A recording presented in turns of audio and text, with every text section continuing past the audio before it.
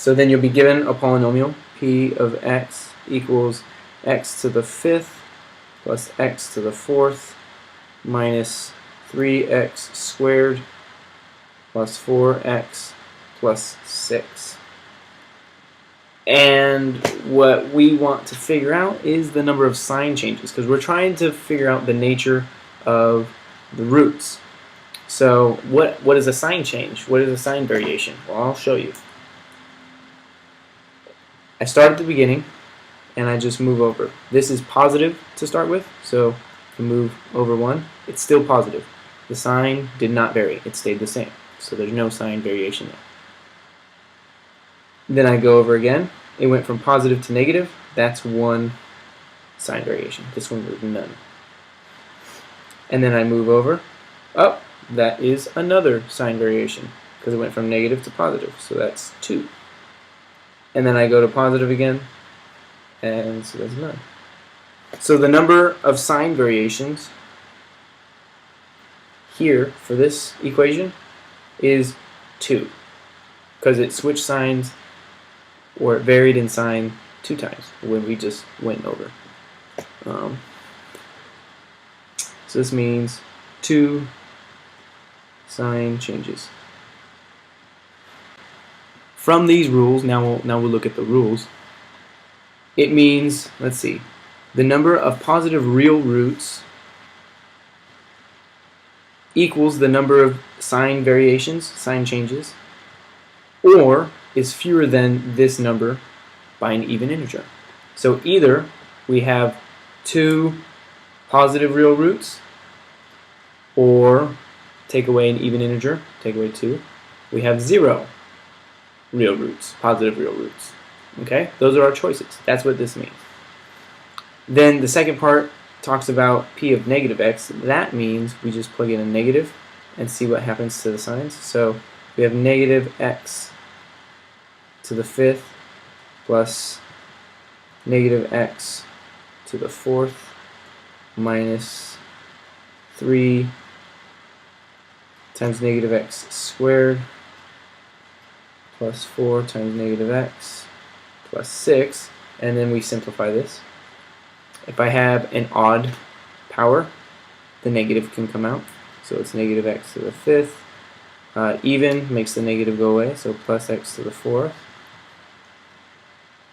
Even power makes it go away, so it stays negative 3x squared minus 4x plus 6. Okay, nothing too bad there. Now we can count the sign changes. So from negative to positive, that's 1. From positive to negative, that's 2. From negative to negative, none. And from negative to positive, that's 3. So 3 sign changes. So what this means is the number of negative real roots equals the number of sign variations of this. Well, the number of sign variations of p of negative x is 3. So the number of negative real roots is either 3 or less than 3 by an even number, so 3, 2, 1. So we could have 3 negative real roots, or we could have 1 negative real root, and that's it. We could have 3 or 1. We can't have 0 because that's not an even number fewer than 3. It's kind of confusing, so I'm going to draw a table for you guys. And this is what I want you to do for every one of these types of problems, is count the sign changes of p of negative x, and then write down this table. Positive real, negative real, and then what's left over is the imaginary. And then after that, we have the total. Positive real numbers, this rule of signs, Descartes' rule of signs, says that the number of positive real numbers, or positive real roots, is the number of sign changes. 2, so we could have 2, or an even integer less than 2. 2, take away 2 would be 0. So we could have 2 real roots or 0. real roots. Okay?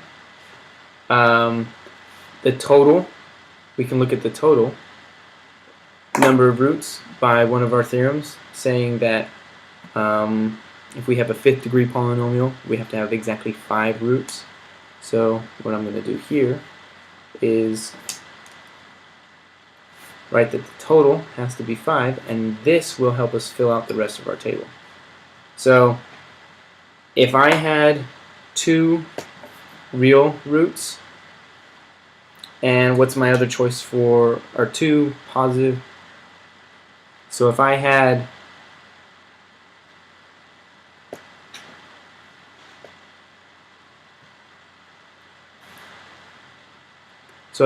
two positive real roots, what's my other option? I could have 3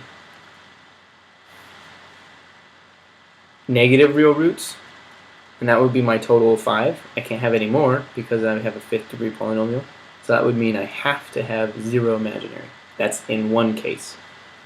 In the next case, I could have 0 positive real roots, and I could still have 3 negative real roots, because that's what it says here. So if my total has to be 5, then I must have 2 imaginary real roots. And remember, this 5 came from the highest degree of the polynomial. So that's how I fill out that part of the table. What if I had 1? Because I can still have 1 negative real root, because that's 2 less than 3. So if I had 1 negative real root, I could still have 2 positive real roots. So how many would I have for imaginary to get to 5? Well, 2 plus 1 is 3, so I'd have to have 2. Okay? And then the last thing that I could do is, I'm trying to figure out all my combinations here. What if I had 1 negative real root and 0 positive real roots? I still have to have 5 roots total because of this 5. That's where that came from. So how many imaginary roots would I have to have? Well, I have 1 here, so I'd have to have 4 imaginaries, because these always have to add up to the total of 5. For the next example, it'll be number 13. Whew, no, it won't. It'll be number 15. Cool it. All right. Be number 15. Example. And here's what's going to happen. Here are my instructions. There will be the same directions. So my polynomial equation will be x to the 4th minus 3x cubed plus 5x squared minus 2x plus 5 equals 0. And here's my goal. I'm trying to look for the possible number of positive real roots and the possible numbers of negative real roots. And then for my table, I'm going to try and put together all of my different combinations that I can have. Hopefully you'll see that in the example when I do it. So first I'm going to do number 1, where I check the number of sign variations for just the regular equation. So right now I'm going to check for sign variations. So this is positive to negative, that's 1.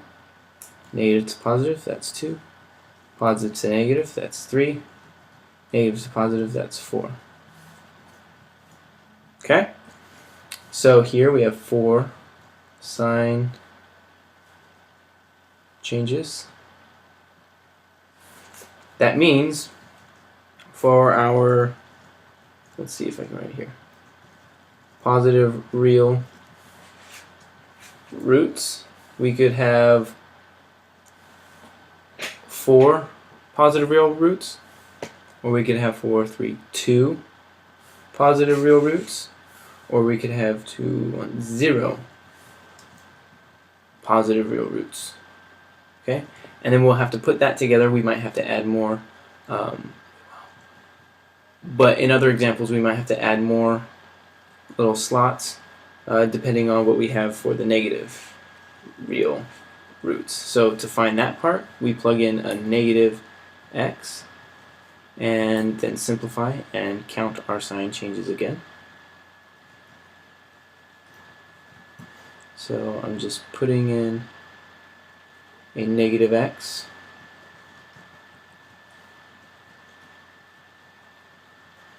plus 5 equals 0. So this will stay as x to the fourth. This will change to plus 3x cubed minus, plus 5x squared, because that's an even power, plus 2x plus 5 equals 0. From here to here, no sign change. Here to here, none, none, none. So 0 sign changes. So that means for our negative real roots, we can have 0, or we can have 0, or we can have 0. We can't have anything but 0. Can't have negative numbers of real roots or any kind of roots. That doesn't make sense. So then we can fill in our imaginary column, and our total column will always be the highest degree of our polynomial. So here, our total column will consist of 4s. So we'll do the imaginary, and then total. So if I have 4 positive real roots, 0 negative, and I want 4 roots total, let's fill this in. This 4 came from the degree, the highest degree in the polynomial. So if I had 4 real roots, and my total needs to be 4, it means I have 0 imaginary.